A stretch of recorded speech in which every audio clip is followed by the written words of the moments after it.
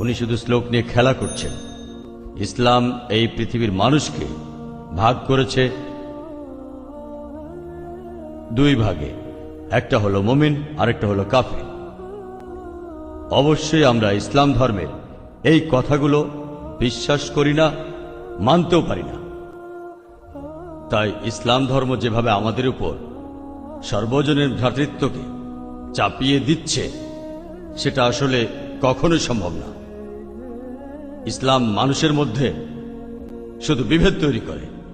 তাদের মধ্যেও আছে শিয়া, সুন্নি, এছাড়াও ইসলামে আরো 70টা গোত্র আছে। হ্যাঁ, আমি আমার প্রশ্ন করছি, সমস্যা নেই। ইসলাম এটা দিতে পারবে না।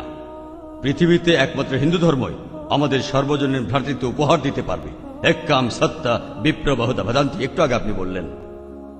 ইসলাম এটা কোনোভাবেই মানে না। গরু হত্যা করছে, কাফির হত্যা করছে, তাদের সম্পত্তি কেড়ে নিচ্ছে, লুট, নারী নির্যাতন। ইসলামই বলে ভ্রাতৃত্ব তাহলে কিভাবে আসবে? আপনার মুখে ভ্রাতৃত্বের কথা আসলে শুধু শ্লোক নিয়ে খেলা করা। আপনি আসলে হিন্দু ধর্ম বলতে গিয়ে ইসলাম ধর্ম বলে ফেলেছেন। ভাই, আপনি বেশ কিছু মন্তব্য করেছেন। আর ইসলাম বলে ইন্নাল্লাহ মাস্তাবিরিন, নিশ্চয়ই আল্লাহ তাদের সঙ্গে আছেন যারা ধৈর্যশীল।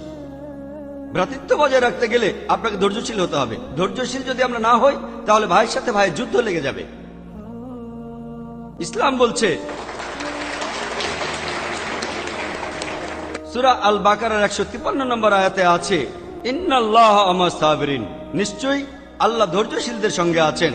আর ভ্রাতৃত্ব বজায় রাখতে চাইলে ধৈর্যশীল হতে হবে।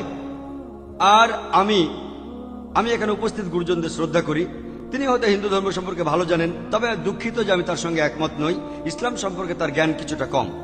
আর ওনার সাথে আমি একমত যে ইসলাম ধর্মে মানুষকে দুই ভাগে ভাগ করা হয়। একটা হলো যারা বিশ্বাসী মুমিন, আরেক দল হলো কাফির, উনি যেভাবে বললেন। আর প্রত্যেক ধর্মেই দুই প্রকার মানুষ আছে, এমনকি হিন্দু ধর্মেও হিন্দু আর অহিন্দু। খ্রিস্টান ধর্মে খ্রিস্টান আর অখ্রিস্টান, ইহুদি ধর্মে ইহুদি আর নন ইহুদি, ইসলামে মুসলমান আর অমুসলমান। তাহলে ইসলাম আলাদা হলো কি করে? আর আমি এখানে হিন্দু ধর্মের সমালোচনা করব না, আমি সমালোচনা করব না। কিন্তু আজকের এই লেকচারে আমি হিন্দু ধর্ম নিয়ে কথা বলবো, কারণ আমি বিভিন্ন ধর্মের একজন ছাত্র হিসেবে আমি বেদ পড়েছি, আমি উপনিষদ পড়েছি। তবে এখানে ছোট্ট একটা মন্তব্য করি। হিন্দু ধর্মগ্রন্থ বেদে আছে যে এই মানুষ জাতি সৃষ্টি হয়েছে সর্বশক্তিমান ঈশ্বরের 4টে অংশ থেকে। তার মাথা থেকে এসেছে ব্রাহ্মণ, বুক থেকে এসেছে ক্ষত্রিয়, আর উরু থেকে বৈশ্যরা ব্যবসায়ী জাত, আর পা থেকে শূদ্ররা বর্ণপ্রথা। আমি এটা নিয়ে মন্তব্য করতে আসিনি, আমি এটা চাই না। আমি চাই না হিন্দু ভাইদের মনে আঘাত দিতে। ইসলাম ধর্ম এটার অনুমতি দেয় না। আমি এসব নিয়ে মন্তব্য করছি না, কোনো ধর্মের সমালোচনা করছি না, আমি কারো সমালোচনা করছি না। আমি কথা বলছি না যে কোনো ধর্ম ভুল।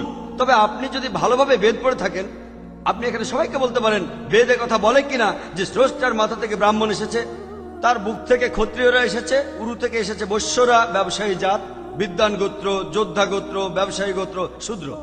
শূদ্ররা হলো সবচেয়ে নিম্নবর্ণ। আর ডক্টর আম্বেদকর এটা নিয়ে বই লিখেছেন। আমি সব খুলে বলছি না। হিন্দু ধর্ম আমি ভালোভাবে পড়েছি। আমি হিন্দু ধর্মের অনেক কিছু শ্রদ্ধা করি, বেশ কিছু